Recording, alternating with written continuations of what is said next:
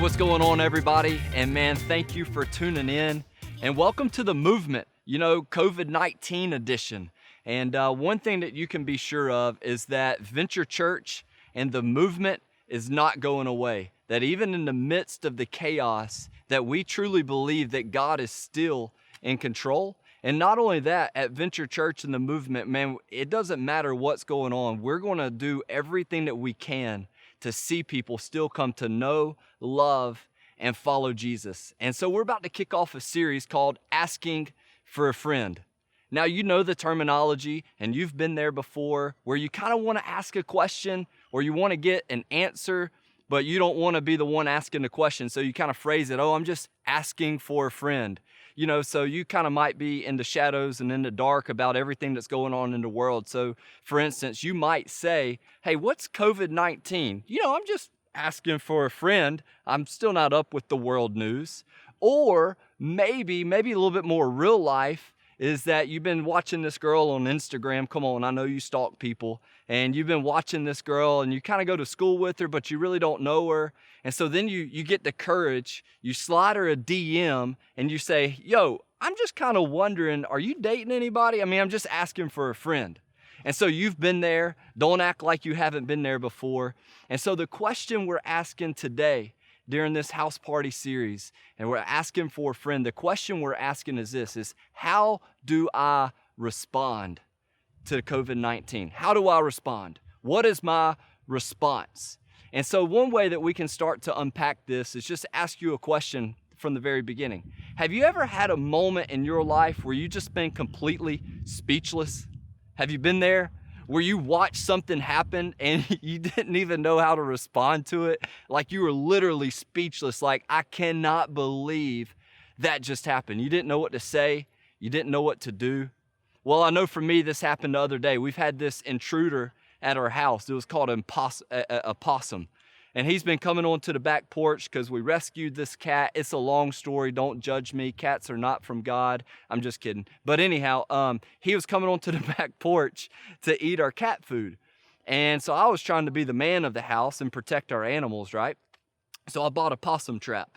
Or a cat trap, either way. It was going to work out fine. And so I bought this trap and I set it out there. And then about 3 a.m, I hear all of this commotion on the back porch. And so I go outside. I'm kind of delirious, like, man, what's going on? And all of a sudden, I had a possum. Like there was a possum in the trap.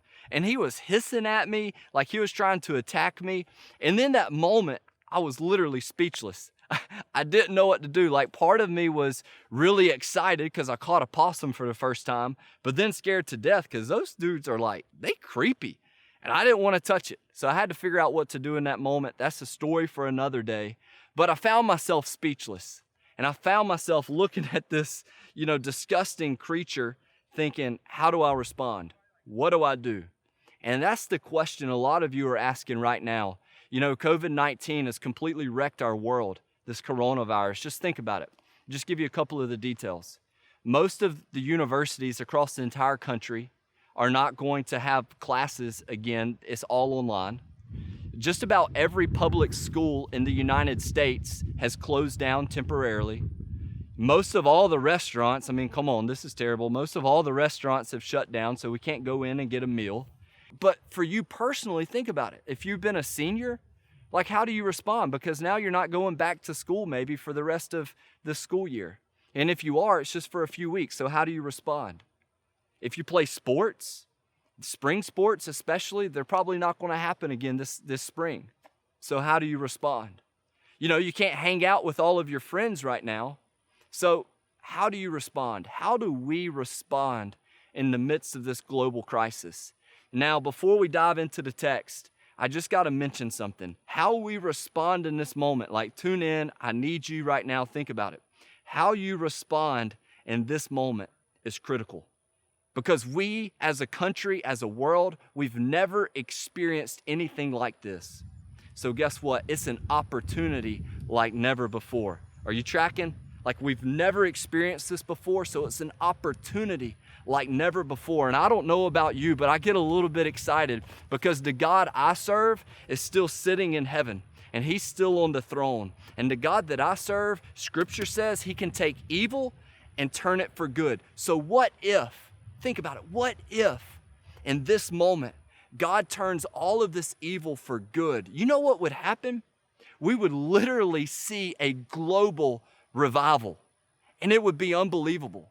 And we get a chance to be a part of it. And it all boils down to how you respond to COVID-19.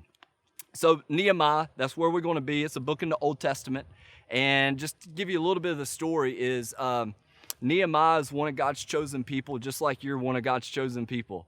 And the context is God's people, the Israelites, were in Jerusalem. So you need to know that, in Jerusalem. And then Jerusalem got wiped out. They got taken into captivity. A lot of them lost their life. And then God brought a remnant back to Jerusalem. And it was just an utter chaos, massive chaos. They kind of halfway rebuilt the temple, but the walls, the city, the infrastructure was still in chaos. And that's where Nehemiah picks up, because he starts to ask a question like, hey, what is going on in the world of Jerusalem? And I want you to see how he responds. So we're going to be looking in the book of Nehemiah, and we're going to pick up in verse 2. So Nehemiah, verse 2, it says this, or chapter 1, verse 2, it says this. It says, Hananiah, which is one of my brothers, came from Judah with some other men, and Jerusalem was in there, in Judah. And I questioned them about the Jewish remnant. So I asked a question. So Nehemiah asked a question about the people of God that were now in Jerusalem. And they said to me, those that survived the exile are back in the province, but they are in great trouble and in great disgrace. The walls of Jerusalem are broken down, and its gates have been burned with fire. Massive chaos taking place. And then listen to how Nehemiah responds. He said, when I heard all of these things, I sat down and I wept. And so the first way that we respond, how do you respond? The first way that we respond to this is we need to have compassion in the midst of the chaos.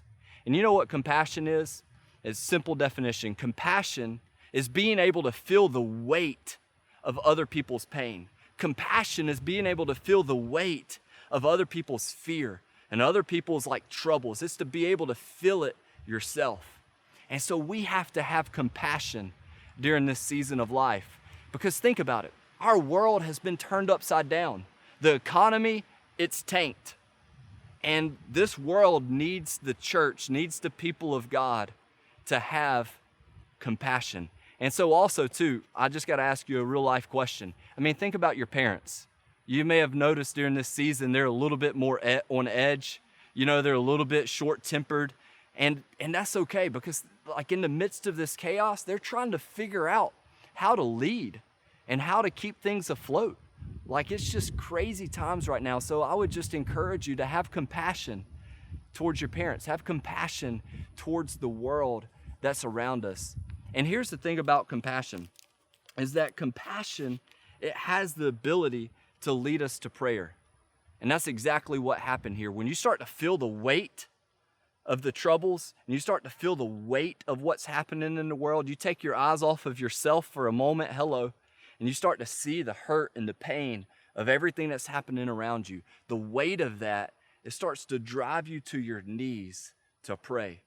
And this is exactly what happened here. And it says that he wept. And then for some days I mourned and I fasted and I prayed before the God of heaven. And he started to pray. And so the second thing that we do is that we pray to the God that's in control in the midst of this chaos. So how do we respond? First, with compassion. Secondly, through prayer.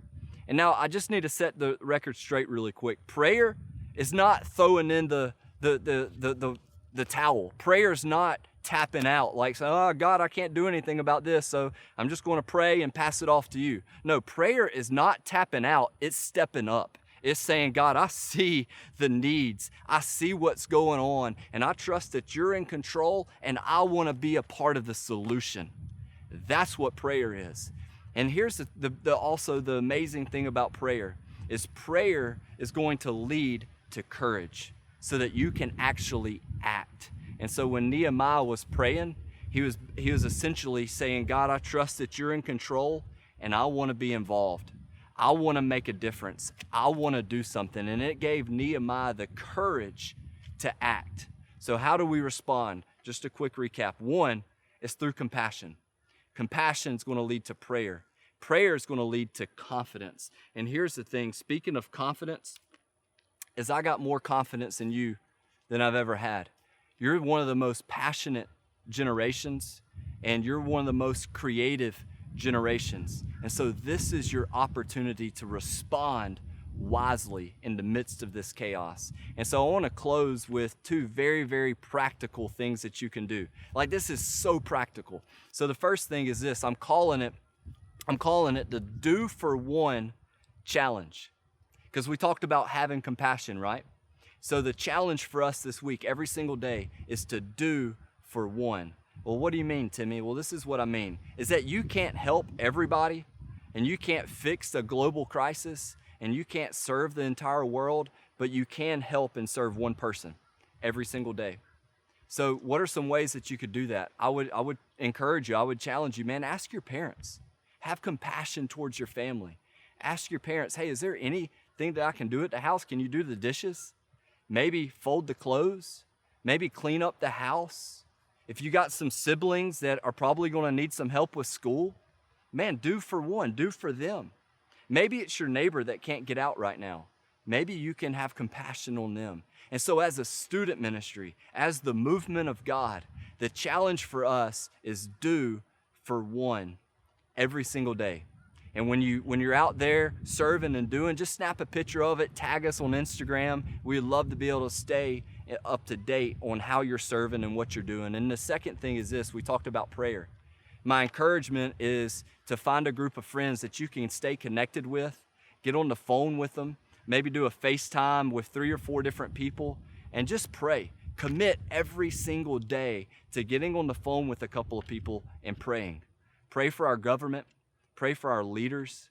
Pray that God would show up and do a massive work.